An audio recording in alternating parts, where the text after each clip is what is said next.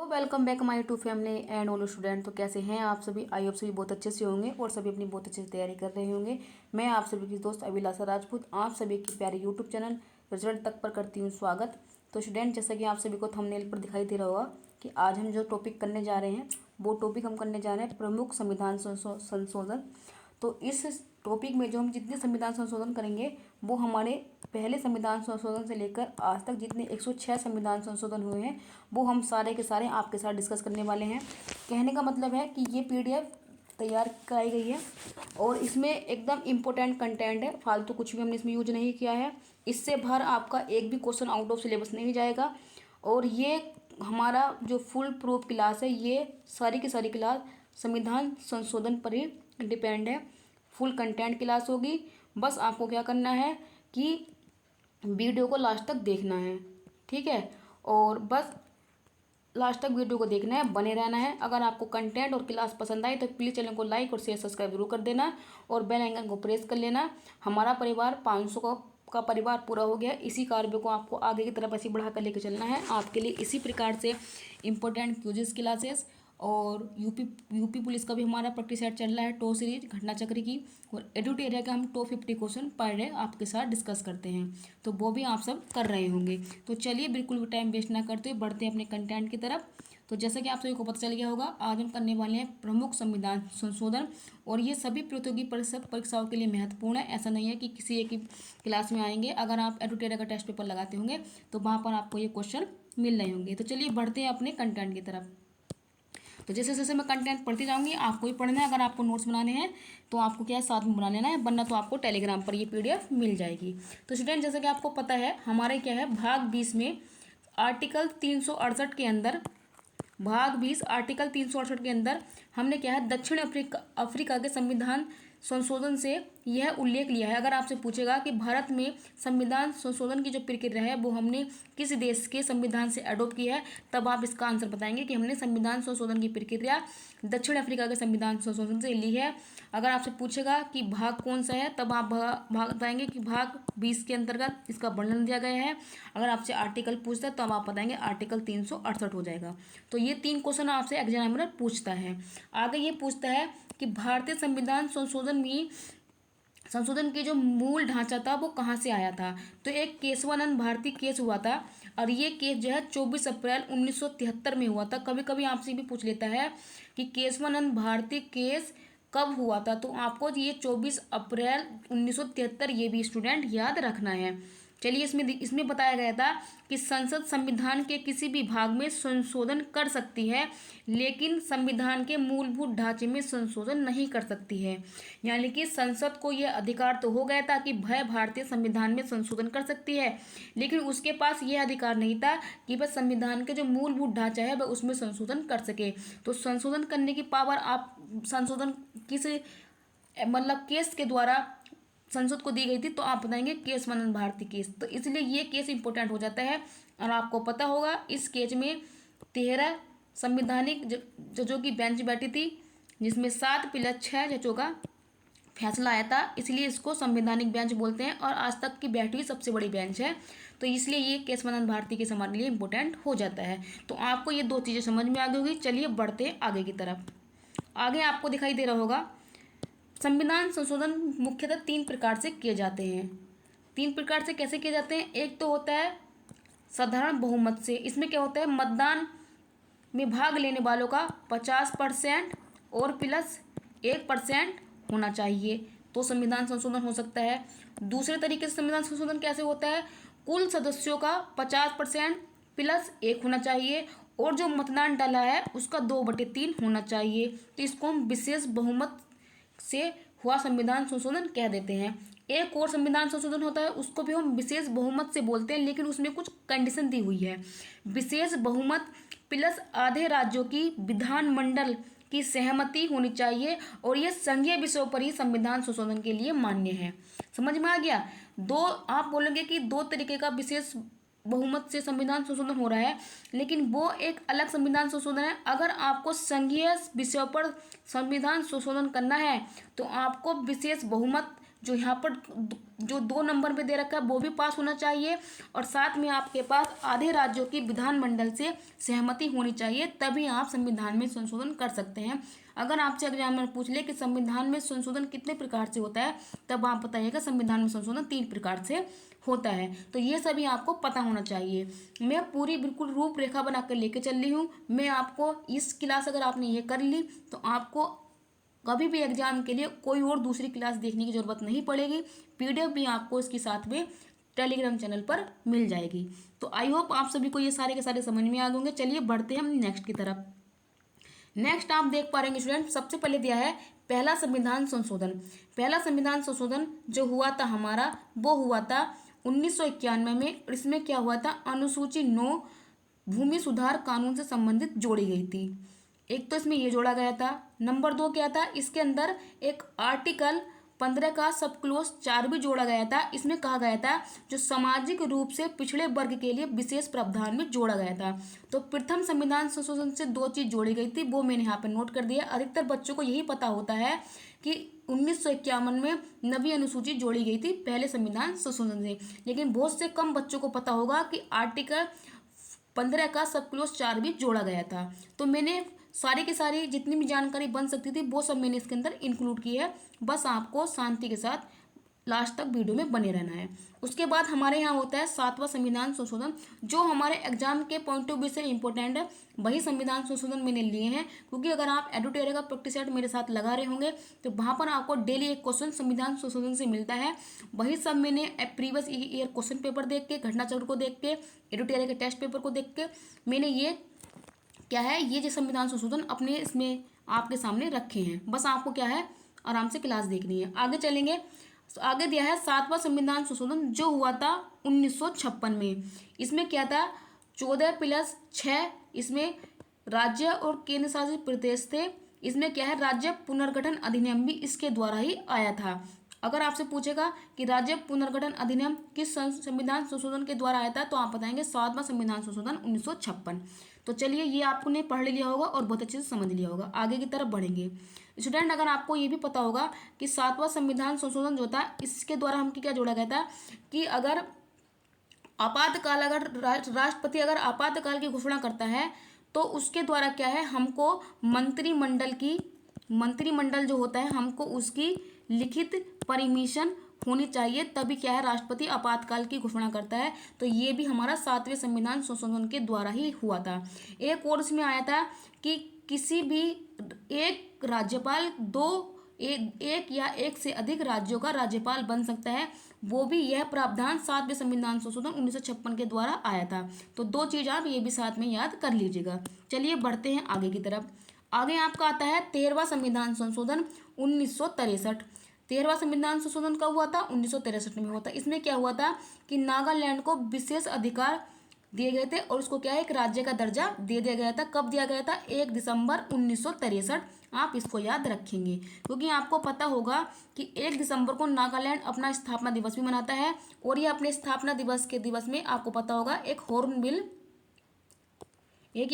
क्या है, त्योहार बनाता है। हॉर्नबिल त्योहार भी बनाता है। तो वह त्योहार कब बनाता है, तो आप बताएंगे 1 दिसंबर को मनाया जाता है, और जो 1 दिसंबर से लेकर 10 दिसंबर तक चलता है। तो आप ये भी याद रखिएगा। चलिए ये हो गया। आगे चलते हैं 15वां संविधान संशोधन।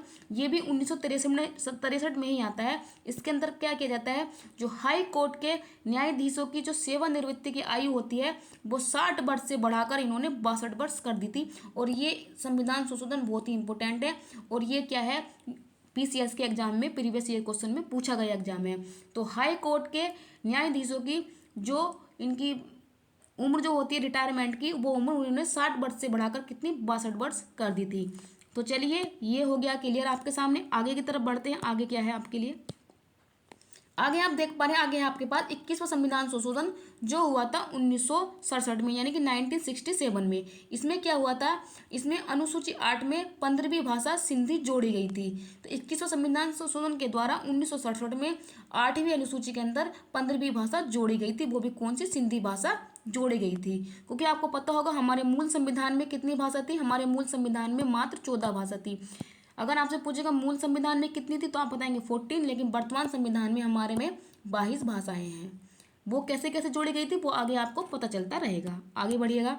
आगे है 24वां संविधान संशोधन 1971। इसमें क्या था कि संसद के पास संविधान की असीमित शक्ति है, यानी कि संसद क्या है, संविधान के अंदर असीमित शक्ति कौन रखती है, वो रखती है हमारी पार्लियामेंट। तो ये किसके द्वारा कहा गया था, ये 24वां संविधान संशोधन 1971 के द्वारा कहा गया था। चलिए बढ़ते हैं आगे की तरफ। आगे आपके पास आता है 26वां संविधान संशोधन 1971। इसमें क्या था, जो राजाओं की जो पीरियड्स थे इनको समाप्त कर दिया गया था, क्योंकि आपको पता होगा कि जब हमारा देश आज़ाद हुआ था उस टाइम पे क्या था, हमारे यहाँ पर बहुत सारी देसी रियासतें थी।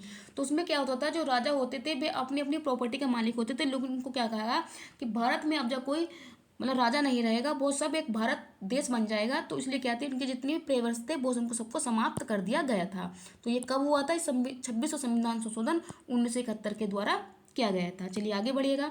आगे आपके आता है 31वां संविधान संशोधन 1973। इसमें क्या किया गया था कि लोकसभा की जो सीटें थी वो 525 से बढ़ाकर 545 कर दी गई थी। और ये संविधान संशोधन भी बहुत बार से पूछा जाता है। ये आज के या कल के टेस्ट पेपर में, जो आपने एडुटेरिया का टेस्ट पेपर किया है उसमें ये सवाल पूछा गया है कि 31वां संविधान संशोधन 1973 के द्वारा लोकसभा की सीटें 525 से बढ़कर 545 की गई थी। तो आप इसको भी याद कर लीजिएगा, बहुत ही इंपॉर्टेंट है। चलिए आगे की तरफ बढ़ते हैं। आगे आता है आपका 36वां संविधान संशोधन 1975। इसमें क्या हुआ था, जो सिक्किम राज्य था, सिक्किम पहले एक हमारा राज्य नहीं था, ये इसको क्या था, हमने 22वें राज्य के रूप में राज्य का दर्जा दे दिया गया था। पहले हमने इसको शहर राज्य का दर्जा दिया था 35वें संविधान संशोधन के द्वारा।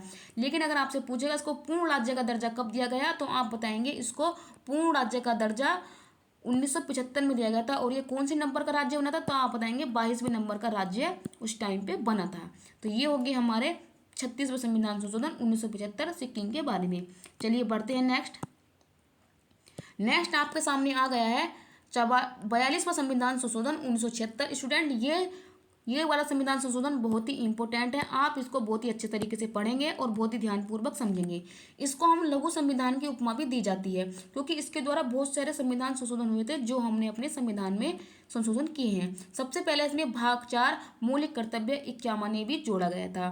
दूसरा इसके अंदर भाग 14 का ए जोड़ा गया था। इसके अंदर आर्टिकल 323 का ए ट्रिब्यूनल प्राधिकरण जोड़े गए थे।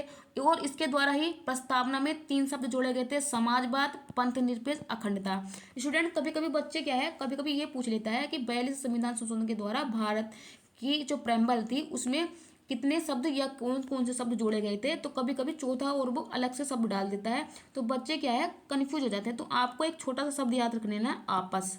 आप इसको आपस याद कर लीजिएगा और आपस से आप ये सारा का सारा याद रखेंगे। देखिए, आ से हो जाएगा आपका अखंडता, पा से हो जाएगा पंथ निरपेक्ष और सा से हो जाएगा समाजवाद। तो इस अगर आपको लाइन को याद कर लेते हैं तो आपका क्या है क्वेश्चन गलत नहीं होगा। तो ये हो गया। अगला देखिए, इसमें है कि आर्टिकल 39A का ये भी जोड़ा गया था, जिसमें हम निःशुल्क सहायता देंगे। तो निःशुल्क सहायता का प्रावधान कौन से संविधान संशोधन के द्वारा जोड़ा गया था, तो आप बताएंगे 42वां संविधान संशोधन 1976 और आर्टिकल 39 का ए। आगे है 48वां आर्टिकल है 48A, क्योंकि आपको पता है ये जो आर्टिकल चल रहे हैं 39A और 48A, ये जो है हमारे 36 से लेकर 51 तक ये DPSP के अंतर्गत आते हैं। तो ये वहाँ के आर्टिकल हैं। तो 48A के अंदर क्या है, हमने राष्ट्रीय यानी कि पर्यावरण सुरक्षा का जो जोड़ा गया था, पर्यावरण सुरक्षा, वो हमारे 42 संविधान संशोधन 48A के द्वारा ही जोड़े गए थे। और क्या था इसमें, शिक्षा, वन, वन्यजीव, नापतोल, जनसंख्या को राज्य सूची से निकालकर संवर्ती सूची में जो डाला गया था वो भी 42 संविधान संशोधन 1976 के द्वारा डाला गया था। स्टूडेंट आप एक बात याद रखिएगा, अगर किसी भी आर्टिकल के पीछे ए अगर ऐसे लिख रहा है तो आप उसको याद रखिएगा, तो आपने इसको समझ लिया होगा। तो ये जो जितने भी हमारे संविधान संशोधन हुए हैं, ये हमारे संविधान संशोधन जो है 42वां संविधान संशोधन 1976 के द्वारा हुए हैं। और ये संविधान संशोधन आपके एग्जाम के पॉइंट ऑफ व्यू से बहुत ही इंपॉर्टेंट है। आप इसको बिल्कुल भी सीख नहीं कर सकते हैं। अगर आप सेट पेपर लगाते होंगे तो आपके सामने इससे संबंधित क्वेश्चन भी आते होंगे। अगला संविधान संशोधन जो हमारे पास आया है वो है 44वां संविधान संशोधन 1978, ये भी संविधान संशोधन हमारे लिए बहुत ही इंपॉर्टेंट है।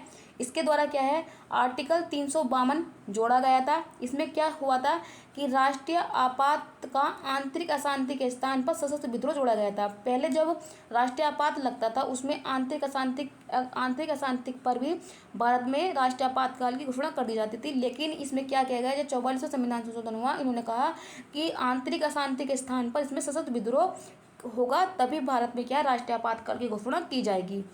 और इसमें क्या जोड़ा गया था कि राष्ट्रपति शासन के लिए कैबिनेट की लिखित अनुमति भी होनी चाहिए। ये भी 44वां संविधान संशोधन 1978 के द्वारा ही होना चाहिए।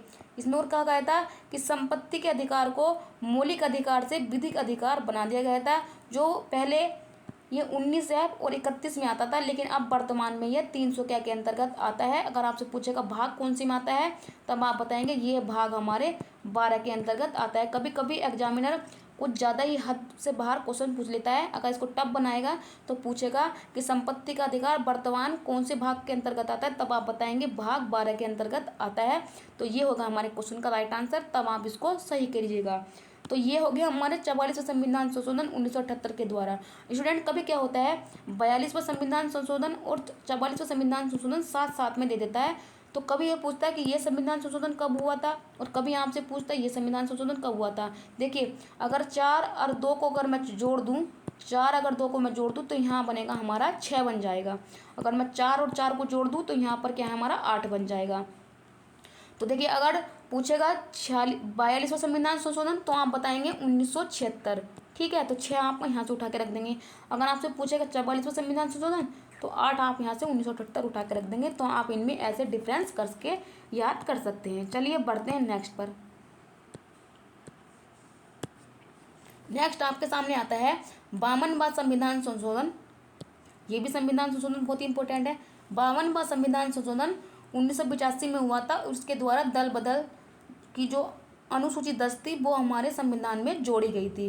तो ये भी इम्पोर्टेंट है। आप बोलेंगे कि हम इसको दल बदल को 10वीं सूची में कैसे जोड़ा गया था, इसको कैसे याद रखेंगे। देखिए, 52वां संविधान संशोधन, इसको 5 × 2 करके याद कर लीजिएगा। 5 दूनी 10, तो ऐसे हो जाएगा 10 से हो जाएगा 10वीं अनुसूची, और 10 है 10 और 10 है दल बदल। तो आप इसको ऐसे लिंक करके याद कर सकते हैं।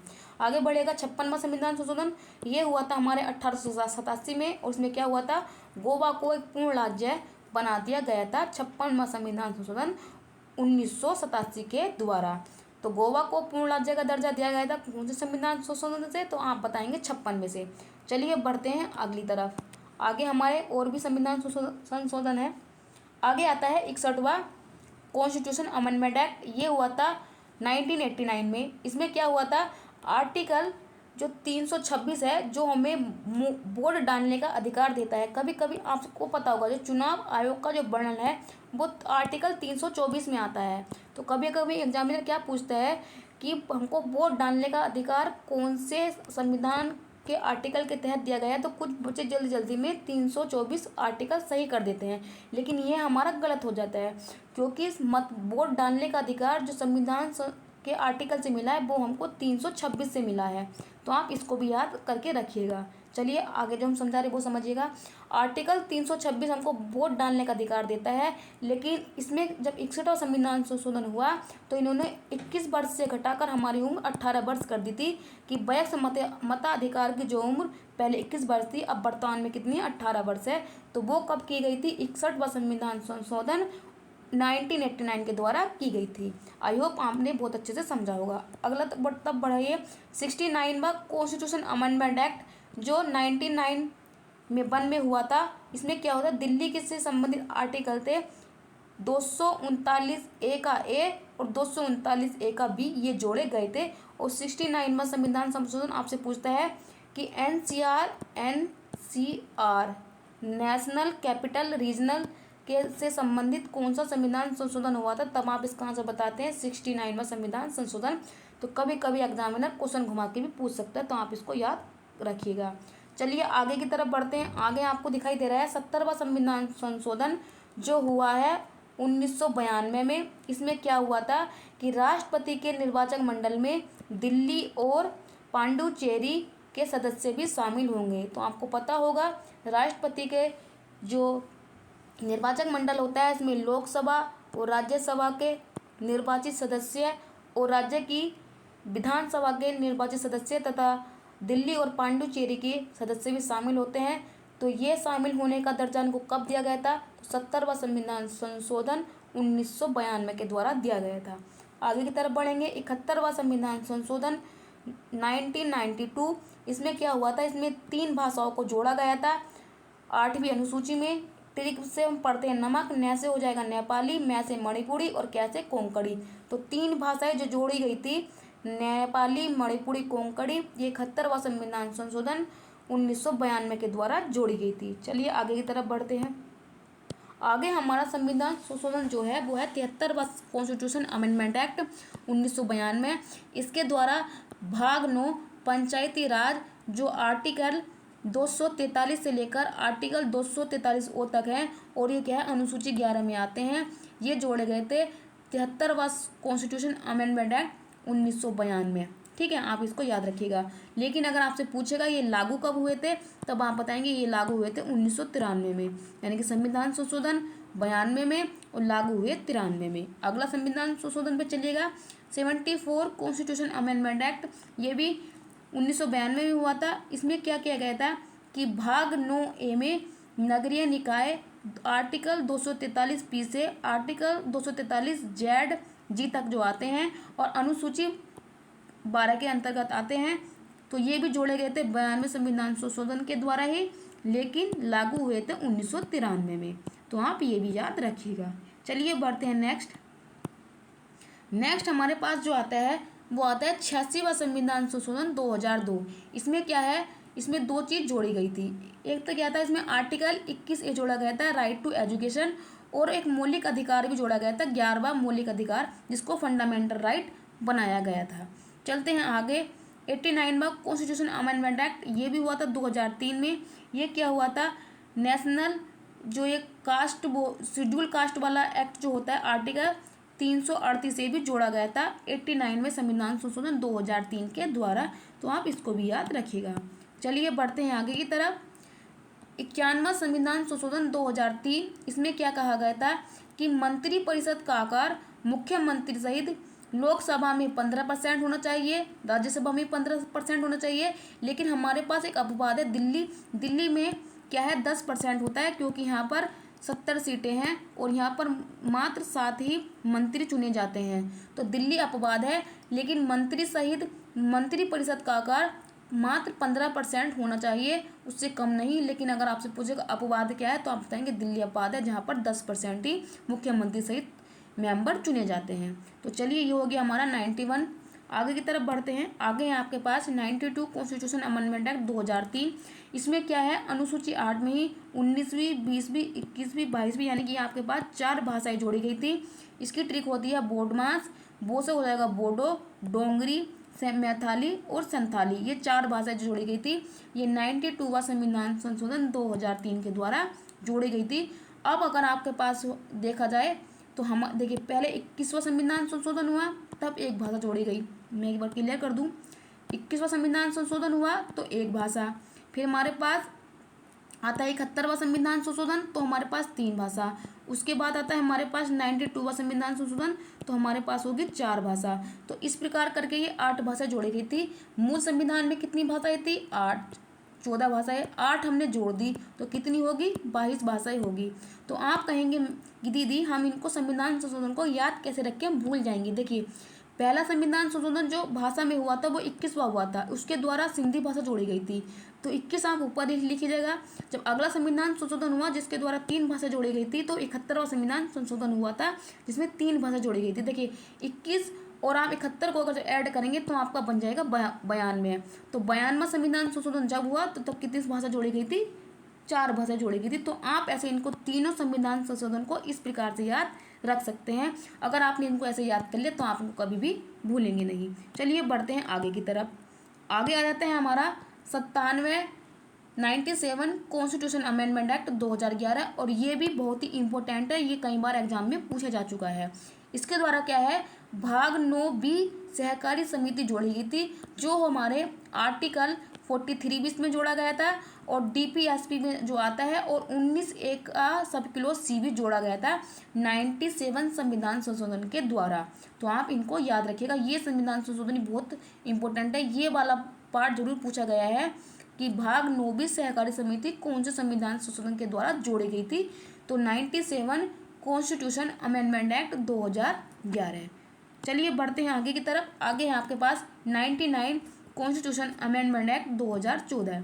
तो इसके द्वारा भी क्या था, ये एक ऐसा संविधान संशोधन था जिसको न्यायालय के द्वारा असंवैधानिक करार दे दिया गया था।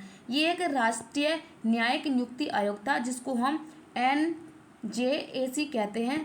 ये कॉलेजियम के स्थान पर आया था जिसमें कुल 6 सदस्य हुआ करते थे। जैसे एक सुप्रीम कोर्ट का मुख्य न्यायाधीश होता था, 2 वरिष्ठ न्यायाधीश होते थे, एक कानूनी मंत्री होता था और 2 व्यक्ति सरकार के होते थे। तो 99वां संविधान संशोधन जो आया था कॉलेजियम व्यवस्था के स्थान पर, इसको क्या है, हमारे सुप्रीम कोर्ट ने क्या है, इसको असंवैधानिक करार दे दिया था।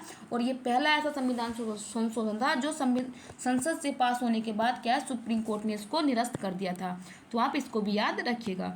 चलिए बढ़ते हैं आगे की तरफ। आगे आ जाता है हमारा 100वां संविधान संशोधन 2015।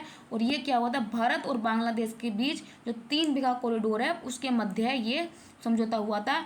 और भारत और जो बांग्लादेश की सीमा है, तो कुछ गांव थे जो भारत से बांग्लादेश में चले गए थे और कुछ गांव ऐसे थे जो बांग्लादेश से भारत में आ गए थे। तो 100वां संविधान संशोधन जो है वो भारत और बांग्लादेश के मध्य आता है। अगले बढ़ेंगे, हमारा संविधान संशोधन आता है 111वां संविधान संशोधन 2016। इस संविधान संशोधन में क्या हुआ था, GST को लागू किया गया था और ये GST 1 जुलाई 2017 को लागू की गई थी।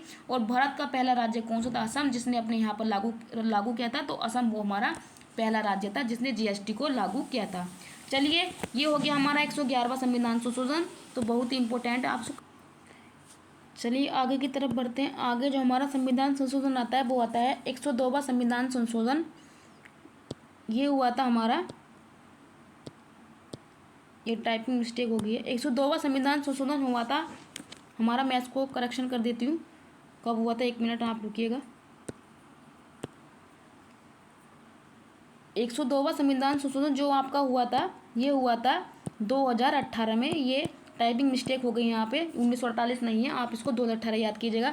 इसके द्वारा क्या जोड़ा गया था, आर्टिकल 338 भी राज्य पिछड़ा वर्ग आयोग, जो वर्तमान जिसको हम OBC बोल देते हैं, वर्तमान में यह संवैधानिक निकाय है जो दर्जा प्राप्त हुआ था, लेकिन इसको दर्जा दिया गया था 1993 के एक्ट के द्वारा। लेकिन संविधान संशोधन कब हुआ था, तो आप बताएंगे 102वां संविधान संशोधन 2018। ठीक है, आगे की तरफ बढ़िएगा। आगे है आपका 103वां संविधान संशोधन 2019। इसमें क्या हुआ था, AWS आर्टिकल 15 का सब क्लॉज 6 और 16 का सब क्लॉज 6 जोड़े गए थे। इनमें संशोधन हुआ था और उसमें क्या था, 10% क्या आरक्षण की सुविधा दी गई थी। जो स्वर्ण जाति के लोग थे जो आर्थिक रूप से कमजोर थे उनको 10% आरक्षण की सुविधा दी गई थी 103वां संविधान संशोधन 2019 के द्वारा। चलिए बढ़ते हैं आगे की तरफ। अब हमारे संविधान संशोधन एंडिंग की तरफ है। 104वां संविधान संशोधन जो हुआ था हमारा 2019 में, यहाँ पर भी टाइपिंग मिस्टेक हो गई है, 2019 में हुआ था। इसमें क्या हुआ था, 126वां यह विधेयक पारित किया गया था जो ये संबंधित था SC ST के आरक्षण के लिए। ये क्या है, 10 साल के लिए बढ़ा दिया गया था। लेकिन इसमें क्या किया गया था, जो एंग्लो इंडियन थे इनका आरक्षण क्या समाप्त कर दिया गया था। लेकिन ये हुआ था कब, 104वां संविधान संशोधन 2019 के द्वारा। आगे बढ़ते हैं 105वां संविधान संशोधन। ये 127वां विधेयक जो पारित किया गया था। इसमें क्या था, OBC लिस्ट में किसे किसे शामिल किया जाएगा ये तय करेगा कौन, राज्य सरकार खुद से तय करेगी कि किसको वो OBC की लिस्ट में शामिल करेगी। ये बिल लोकसभा में 10 अगस्त 2021 को पास हुआ था, राज्यसभा में ये 11 अगस्त 2021 को पास हुआ था और राष्ट्रपति ने इस पर हस्ताक्षर जो किए थे ये 18 अगस्त 2021 को कर दिए थे। और इसके बाद पता है आपको, जब लोकसभा और राज्यसभा जब कोई भी विधेयक पास कर देती हैं और राष्ट्रपति जब जिस पर अपने हस्ताक्षर कर देते हैं उसके बाद वह विधेयक के एक्ट बन जाता है, कानून बन जाता है। तो ये मैंने आपको फुल डिटेल में इसलिए बताए हैं क्योंकि यह नवीनतम संविधान संशोधन है और इससे संबंधित क्या है, आपसे ये भी पूछ सकता है कि लोकसभा, राज्यसभा या राष्ट्रपति के द्वारा कब पारित किए गए थे, कब लोकसभा से पारित हुए थे, कब ये एक्ट बना था, इसलिए मैंने इनको फुल डिटेल में लिख दिया है। चलिए बढ़ते हैं आज के लास्ट टॉपिक की तरफ। आज हमारा जो है 106वां संविधान संशोधन जो 2023 में हुआ है, और ये बहुत ही लेटेस्ट है, बहुत ही इम्पोर्टेंट है। जितने भी जब तक कोई नया संविधान संशोधन नहीं होता है तब तक के लिए तो हमारे लिए बहुत ही मोस्ट इम्पोर्टेंट बनने वाला है। इसमें क्या हुआ था, जब हमारी नई लोकसभा, आपको पता है, आप हमारा जो है भवन, जो संसद भवन है वो नया बना है, और उसमें नए संसद भवन में जो पहला बिल पास किया गया था वो 106वां संविधान संशोधन 2023 पास किया गया था। तो ये जो बिल था ये 128वें नंबर का बिल था। इस बिल का नाम नारी शक्ति बंधनम अधिनियम। इसके द्वारा लोकसभा और राज्यसभा में महिलाओं के लिए 33% आरक्षण की बात कही गई है। यह आरक्षण कब तक चलेगा, ये मात्र 15 वर्षों तक चलेगा। आगे चलेगा नहीं चलेगा वो बात की बात है, लेकिन इसमें कहा गया है ये मात्र 15 वर्षों तक ही चलेगा। इसके द्वारा 2 आर्टिकल में परिवर्तन किया गया है। आर्टिकल 332 का ए और 334 का ए, इनमें क्या है, परिवर्तन किया गया था। अगर आपसे पूछेगा जब ये 106वां संविधान संशोधन 2023 पास किया गया था, पारित किया गया था, उस टाइम पे कानून मंत्री कौन थे, तो आप बताएंगे अर्जुन राम मेघवाल जी उस टाइम पे हमारे कानून मंत्री थे। तो आपसे कानून मंत्री भी पूछ सकता है। और नई जो हमारा संसद भवन तैयार हुआ था उसमें यह पहला पास होने वाला कानून भी था। तो ये थी हमारी संविधान संशोधन से संबंधित क्लास। आई होप आप सभी को बहुत अच्छी लगी होगी। अगर आपको ये क्लास अच्छी लगी है तो thank you so much. Video को लास्ट तक जरूर देखना है, चैनल को सब्सक्राइब भी करना है, चैनल को सपोर्ट भी करना है। मेरा नाम अभिलाषा राजपूत और ये चैनल आपके लिए बनाया गया है। आई होप आप सभी को ये क्लास बहुत अच्छी लगी होगी। बहुत अच्छे से मैंने मेहनत की थी, सारे के सारे आर्टिकल मैंने शामिल किए हैं। किस आर्टिकल के द्वारा क्या क्या संविधान में संशोधन किया गया है वो भी मैंने आपको बताया है, और किस संविधान संशोधन को आप लॉन्ग टर्म तक याद कर सकते हैं वो भी मैंने आपको बताया ट्रिक के माध्यम से। तो ये थी आज हमारे संविधान संशोधन की क्लास। इसको कर लीजिएगा और अपनी कमेंट और अपना सुझाव सजेशन जरूर वीडियो में कमेंट बॉक्स में डाल दीजिएगा। तो आप सभी का रिजल्ट तक चैनल पर जोड़ने का बहुत बहुत धन्यवाद। मैं आप सभी की दोस्त अभिलाषा राजपूत आपसे लेती हूँ विदा। मिलते हैं हम अगले टेस्ट अगले ही टॉपिक के साथ, इसी जुनून इसी जोश के साथ। तो चलिए मैं आपसे लेती हूँ विदा। Thank you so much.